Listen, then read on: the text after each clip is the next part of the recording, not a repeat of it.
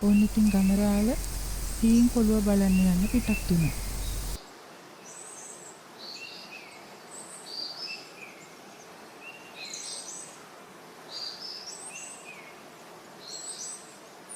ටිකක් දුර යනකොට ගමරාලට හොඳටම මහන්සි.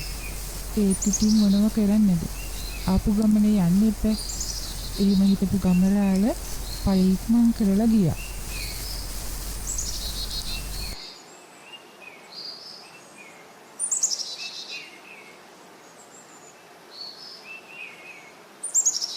හීන් කොළුව බලලා එනකොට ලෑබෝ වුණ නිසා ගමරාල කමලක්කලේ ගෙදර නැවතුණා. ගමරාල දන්නේම නැතුව රැය පහන් වුණා.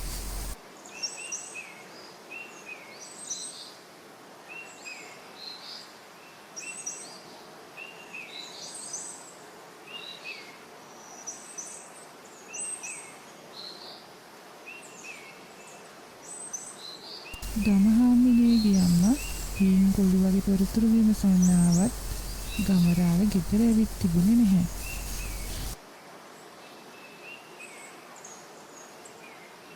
ගමහාමිනේ සැරින් සැරේ එළියට ඇවිත් බැලුවත් තවමත් ගමරාල පේන්නේ නැහැ.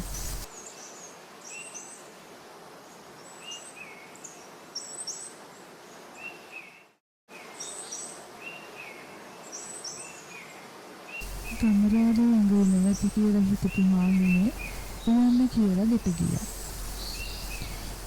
තවමත් ගෙදර ආවේ නැත්නම් මගේ මහත්තයාට කරදරයක් වද්ද කියලා හිතපු ගමහාමිනේ ගමරාලට ආශිර්වාද කරන ගමන් රසට උයනවා.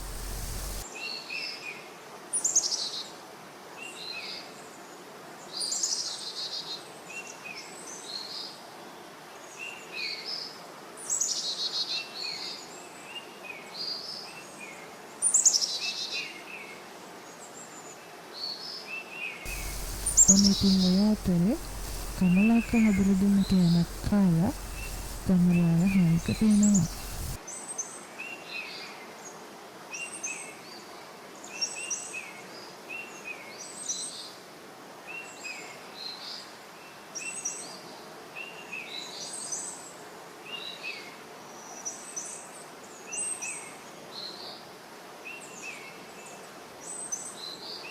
ඔනිතින් ගමරාල ගෙදරට ඇවිල්ලා ගේ ඉස්සරහ තියෙන පුටුවේ වාඩි වුණා.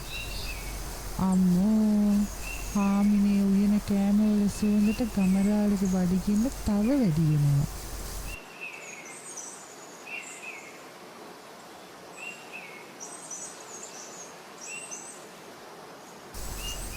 මේ අපේ මහත්තයා ඇවිත් තියෙන්නේ. මොකද මගම නැවතිලා. යමු ගෙට.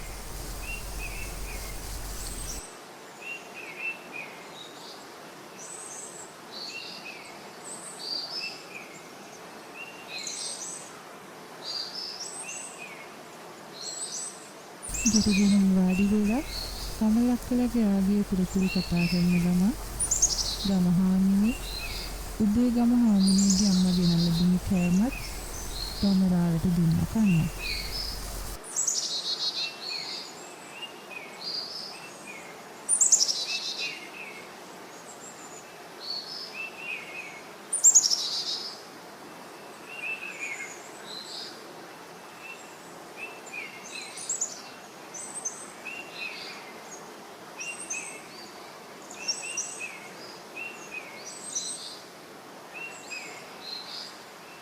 ඉතින් ගමරාලට කන්නක් දීලා ගමහාමිනේ හීන් කොළුව ගැන අහනවා.